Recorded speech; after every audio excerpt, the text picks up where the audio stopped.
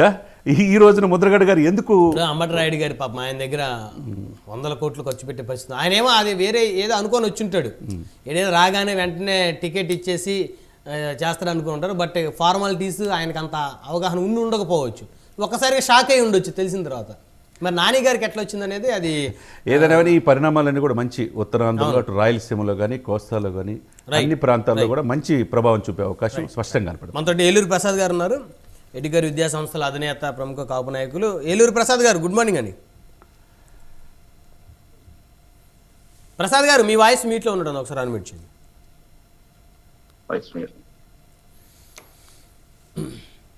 Yeah Prasad గారు, మొత్తానికి ముద్రగడ పద్మనాభం గారి దగ్గర నుంచి కూడా సిగ్నల్ అలర్ట్ అయినట్టుంది. పవన్ కళ్యాణ్ గారు ఎప్పుడైతే ఒక లెటర్లో కాపు నాయకులకి ఎప్పుడు కూడా నా పార్టీ ద్వారాలు తెరిచే ఉంటాయి, మీరు ఎవరైనా నన్ను విమర్శించినా నేను ఎప్పుడు కూడా బాధపడను, మీ మీద నాకు ఆ అభిమానం అలాగే ఉంటుంది అని చెప్పేసి ఎప్పుడైతే లెటర్ రాశారో దానికి ముద్రగడ గారు స్పందించారు వెంటనే. సో బహుశా పవన్ కళ్యాణ్ గారి గురించి ఒక్క లెటర్కి ఉన్న స్పందన చూస్తుంటే, ఆయన ఇప్పుడు మీడియా వాళ్ళు చెప్తున్న దాని ప్రకారం గేట్లు ఎత్తివేయటం అంటామే అలా ఉన్నాయి. ఆయన కనుక ఆప్యాయంగా ఆహ్వానించగలిగితే నిజంగా మిరాకిల్. బ్రహ్మనాయుడు గారు, మా దగ్గర ఉన్న సమాచారం మరికొంత ఉంది. ఆ సమాచారం ప్రకారం సంక్రాంతి పండుగ తర్వాత ఆశ్చర్యపోయేటువంటి వ్యక్తులు, అత్యంత ప్రభావవంతమైనటువంటి వ్యక్తులు కూడా కలిసి జనసేన పార్టీని ముందుకు నడిపిస్తారని మా దగ్గర ఉన్నటువంటి సమాచారం. ఈ విషయం గురించి ప్రస్తావించడానికి ముద్రగడ పద్మనాభం గారితో నేను ప్రయత్నం చేశాను. వారి నెంబరు 2-3 సార్లు కూడా అందుబాటులోకి రాలేదు. నిత్యం అతనితో పాటు ఉండేటువంటి అతని అనుచర వర్గంతో, అతని అనుచర వర్గంలో అంటే మీరు మీ ఫ్రెండ్స్ తో కలిసినట్టుగా రోజు కలిసి ఉంటారు అన్నమాట. అటువంటి వాళ్ళతోటి సంప్రదించడం జరిగింది. వాళ్ళందరూ నాకు బాగా పరిచయం.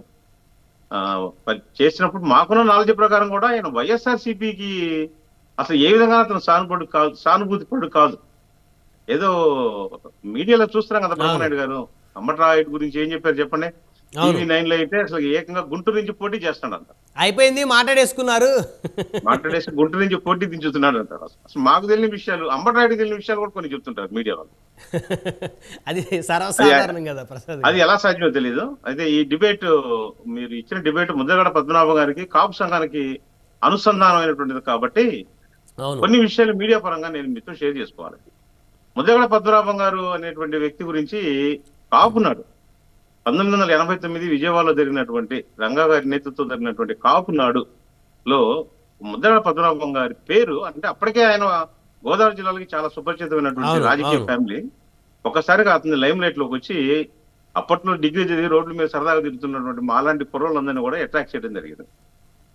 ఒక చిన్న ఇన్సిడెంట్ చెప్తాను. ఎందుకు చెప్తానంటే, ఇది ఇప్పుడున్నటువంటి జనరేషన్ బ్యాడ్ ఏంటంటే, ముద్రగడ పద్మనాభం గారి ఫాలోయర్స్ అందరూ కూడా 30 సంవత్సరాలు పైబడిన వాళ్ళు ఉంటారు. ఇప్పుడు నేనున్నా అనుకోండి, నేను 1992లో కాపు ఉద్యమంలో సైకిల్ యాత్రలో అతన్ని గుంటూరు నుంచి రిసీవ్ చేసుకుని పల్నాడు ప్రాంతంలో అతనితో పాటు సైకిల్ మీద దొక్కాను, సైకిల్ తిరిగాను, సైకిల్ పాదయాత్రలో భాగంగా. ఇప్పుడు లెక్కేసుకుంటే మా అనుచరులు, నెక్స్ట్ మా జనరేషన్ వచ్చింది, మా పిల్లలందరూ జనరేషన్లోకి వచ్చారు. పవన్ కళ్యాణ్ గారికి చాలా వీరాభిమానులు వాళ్ళందరూ. ముద్రగడ పద్మనాభం గురించి తెలియకపోవటం అనేటువంటిది కొంచెం లోపం ఉంది. అది 1988లో అందరికి ఇంట్రెస్ట్ ఉండేటువంటి విషయం ఒకటి చెప్తాను. సినిమాల గురించి పరిజ్ఞానం నాకు చాలా తక్కువ అండి. నాకు గుర్తున్నంతలో చెప్తాను. దొంగ మొగుడు సినిమా అనుకుంటాను, చిరంజీవి గారు.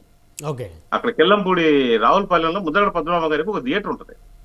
దాంట్లో ఈ దొంగ మొగుడు అనేటువంటి సినిమాని, అప్పుడు దానికి పోటీగా వచ్చినటువంటి బాలకృష్ణ గారి సినిమా ఒకటి, ఐ థింక్ భార్గవ రాముడు అనుకుంటాను, సబ్జెక్టెడ్ టు కరెక్షన్. ఈ రెండు కూడా ఒకేసారి రిలీజ్ అయ్యాయి. ఇది చిరంజీవి అభిమానులు, పవన్ కళ్యాణ్ అభిమానులు.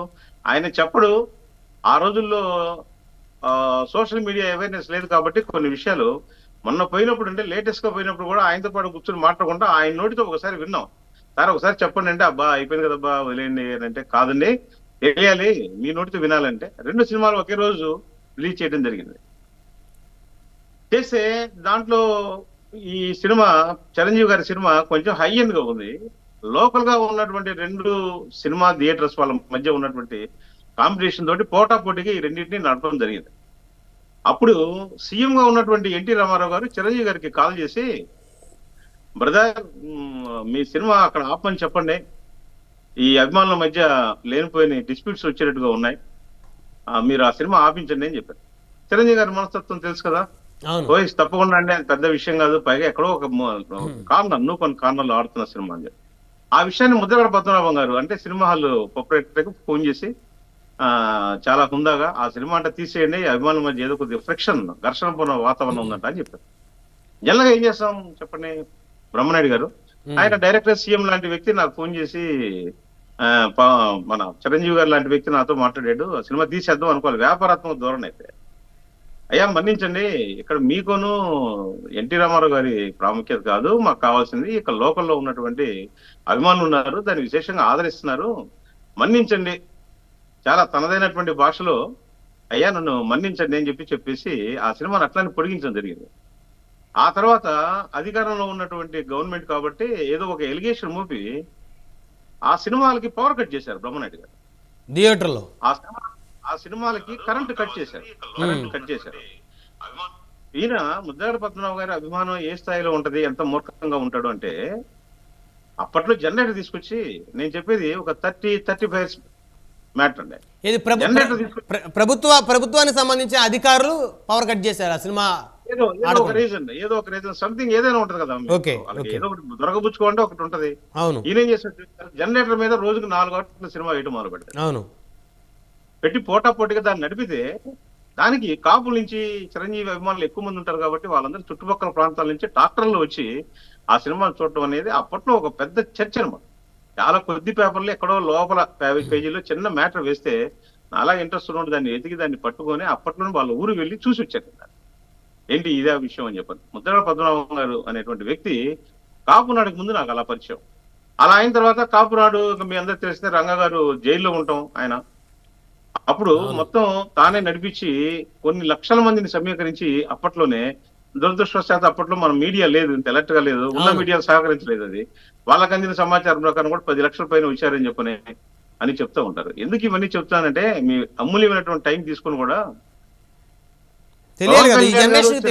అభిమానులు కాపు యువతకి ఇటువంటి విషయాలు చాలా విషయాలు తెలియదు. ముద్రగడ పద్మనాభం గారు ఎల్లగా ఒక మాట ఉంది, ఒక ప్రావెబ్ ఉందండి, మూర్ఖులు మేధావులు సమాజానికి అర్థం కాదు అనేటువంటిది ఒక నానుడు. పద్మనాభ గారి గురించి ఎవరన్నా చెప్పాలి, ఎవరు చెప్తారు చెప్పండి. మొన్న ఏదో ఒక చిన్న పెద్ద ఆయన ఒక టంగు స్లిప్ అయ్యి ఒక చిన్న స్టేట్మెంట్ ఇచ్చినందుకు, ఏది లోపల ద్వారంపూడి చంద్రశేఖర్ రెడ్డి వీళ్ళకి సంబంధించినటువంటి దాంట్లో ఒక స్టేట్మెంట్ ఇచ్చినందుకు విపరీతంగా ట్రోల్ చేసి వెళ్ళిపెట్టారు. అటువంటి చదవటానికి వినటానికి కూడా మనసు చాలా బాధ ఉంటుంది. పద్మనాభం గారు మీద ఉన్నటువంటి గౌరవం, ఆయన మీద ఉన్నటువంటి ఇది మాకు అంత గొప్పది. అటువంటి పద్మనాభం గారు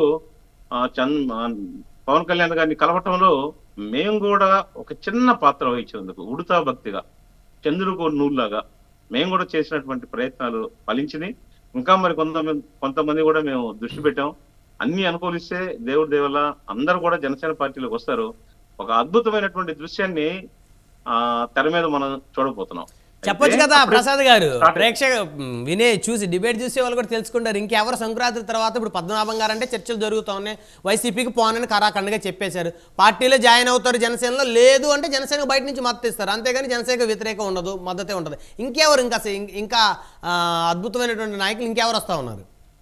మేము చాలా నేర్చుకున్నాం బ్రహ్మనాయుడు గారు, మేము అలా చెప్పం. ఎందుకంటే యూజ్ అండ్ పే చూసాం, యూజ్ అండ్ పే పాలసీ కొంతకాలం నడిచింది. అది యూజ్ అండ్ త్రో చూసాం, యూజ్ అండ్ త్రో.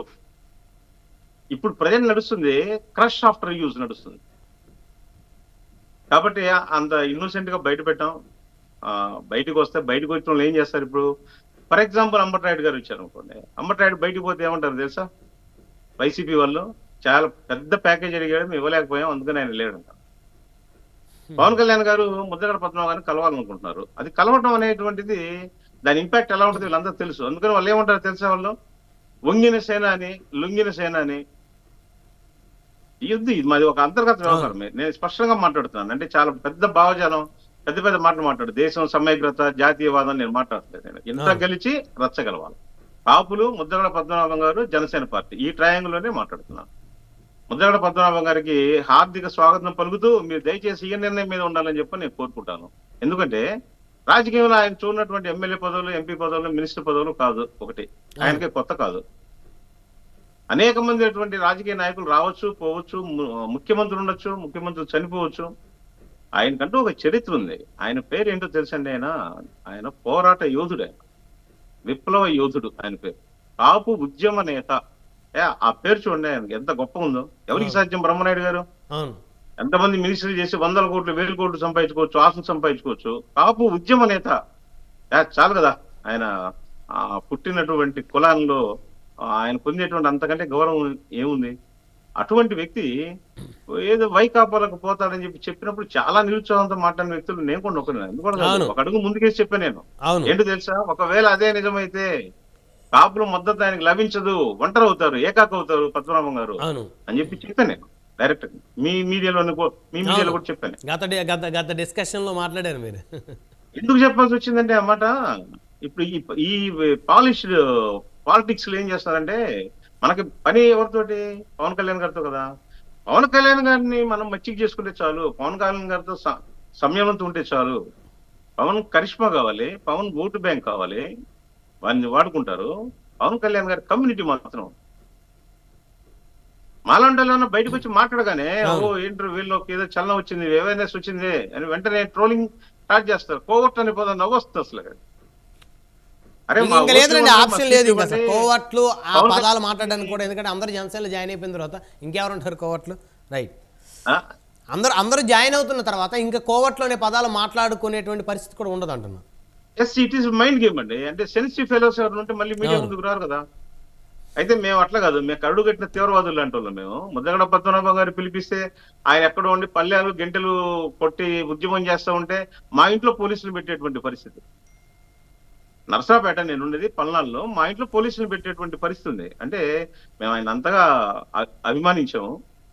కాబట్టి ఇటువంటి వాటికి వాళ్ళు దొరకకుండా కొంచెం హై స్ట్రాటజీగా రాధాబాబు గారి విషయంలో కానివ్వండి, ముద్దగడ పద్మనాభం గారి విషయంలో కానివ్వండి, ఆయన ఎప్పుడో మొదలుపడ్డాడు. ఎవరు? జగన్మోహన్ రెడ్డి గారు గోదావరి జిల్లాలోకి అడుగు పెట్టిన మొదటి రోజు చెప్పిన మాట ఏం తెలుసా అండి? కాపులు రిజర్వేషన్ నేను చేయలేదు. అదే పద్మనాభం గారు అయితే కొద్దిగా హార్ష్ గా చెప్పేవారు. ఈ పాలిష్డ్ యువ నాయకులు కాబట్టి కొంచెం దాన్ని అందంగా చెప్పారు, నా పరిధిలో లేదని చెప్పారు. కానీ ఒకటి మాత్రం ఆశ్చర్యం ఏలూరు ప్రసాద్ గారు, కాపులకు రిజర్వేషన్ ఇవ్వను అన్న తర్వాత జగన్మోహన్ రెడ్డి గారి మీద పెద్ద వ్యతిరేకత కాపు యువతలో కూడా అప్పట్లో ఏం రాలేదు. మరి దగ్గరుండి మరి ఓట్లేసి గెలిపించారు. ఒకవేళ పొరపాటున అదే మాట జనసేన అధినేత కనుక అన్నట్లయితే అసలు ఆయన రాజకీయాల్లో ఉండనిచ్చే వల్ల. అదే బ్రహ్మనాయుడు గారు, ఇప్పుడు ముద్దగడ పద్మనాభం గారు ఆయన సంబంధించిన అనుచరులు ఎవరు కూడా సోషల్ మీడియాలో యాక్టివ్ లేకపోవడం, ఫేస్బుక్, యూట్యూబ్ వాటిలో అంటే వాళ్ళకి ఏజ్డ్ కదా. ఇప్పుడు అందరూ యూతే కదా, Facebook, social media, YouTube, Twitter ఇవన్నీ కూడా 20 to 40 years లోపు వాళ్ళే కదా ఎక్కువ యూజ్ చేసేది. ఇప్పుడు కుదరదు. ఎందుకంటే చిరంజీవి గారిని పట్టుకొని పార్టీ టికెట్లు అమ్ముకున్నారు అన్నటువంటి వ్యక్తి బీసీలకి సముచితమైనటువంటి స్థానం ఇచ్చి ఒక రివాల్యూషనరీ పాలిటిక్స్ కి ఆయన ఒక డెఫినేషన్ చెప్పినటువంటి వ్యక్తిని పట్టుకొని సీట్లు అమ్ముకున్నారు. అరే ఎవరు డబ్బులు ఇచ్చారా, ఎవరు తీసుకున్నారు? తీసుకురండి మీ ఛానల్కి, ఎవరన్నా మీరు క్లెయిమ్ చేయండి. ఎవరైనా సరే చిరంజీవి గారికి డబ్బులు ఇచ్చిన వాళ్ళు ఎవరైనా సరే మా టీవీ ఛానల్లోకి వచ్చి కూర్చోవచ్చు అని చెప్పని మీరు. ఏలూరు ప్రసాద్ గారు, ఇదే ప్రశ్న నేను విజయవాడ తూర్పు ఎమ్మెల్యేగా గెలిచినటువంటి 2009లో ప్రజారాజ్యం ఎమ్మెల్యే గెలిచినటువంటి యలమంచిల రవి గారిని నా ఇంటర్వ్యూలో నేనే అడిగాను. సార్ చిరంజీవి గారి దీన్ని ఎలిగేషన్స్ వచ్చాయి, సీట్లు అమ్ముకున్నారని, మీరు ఎంత కొనుక్కున్నారు సీటు అంటే ఆయన ఇచ్చిన సమాధానం నేను లైవ్లో చెప్పలేను. ఆ ఇంటర్వ్యూ లింక్ నేను తర్వాత మీకు పంపిస్తాను, ఒకసారి చూడండి. అలాంటి పరిస్థితి మీరు చెప్పినా బ్రహ్మనాయుడు గారు, రాజకీయాలు ఒక కులానికి పరిమితం చేసి మీడియా మొత్తం ఒకరి చేతులు ఉంది కదా అని చెప్పని ఆ విధంగా చేయడం అనేది చాలా దుర్మార్గం. అరే ఇన్ని సంవత్సరాలు పార్టీని ఎంజాయ్ చేసి పార్టీలో పదవి కనిపించినటువంటి ఒక గొప్ప వ్యక్తి విజయవాడ నుంచి జస్ట్ గుడ్ బై అంతే. స్కూల్ నుంచి వెళ్ళిపోయి పిల్లలు చెప్తారే గుడ్ బై అని చెప్పని, రేపు వెళుద్దాం అని చెప్పని, అట్లా వెళ్ళిపోయి మరుసటి రోజు కల్లా వైఎస్ఆర్సీపీ పార్టీ చేరి టీడీపీకి వ్యతిరేకంగా అదే స్థానం నుంచి పోటీ చేస్తుంటే అరే ఒక్క మీడియా మాట్లాడదు. అసలు జగన్మోహన్ రెడ్డి గారి సైతం ఎలా జాయిన్ చేసుకున్నారు? 10 సంవత్సరాలు వైఎస్ఆర్ కాంగ్రెస్ పార్టీ మీద కేసీఆర్ నాని గారు ఉక్కుపాదం మోపారు విజయవాడ. వాళ్ళే మాట్లాడుకుంటారా? అవును, జనానికి సమాధానం చెప్పాల్సినటువంటి అవసరం లేదా? అవును, అప్పటి వరకు ఆయనకు ఓటేసినటువంటి ఓటర్ల మనోభావాలు ఎలా ఉంటాయి? ఏమి లేవు, అవన్నీ కౌంట్లోకి రావా? రైట్. నిన్న నుంచి పెట్టేశారు. ముద్దగడ పద్మనాభం గారి ఇంటికి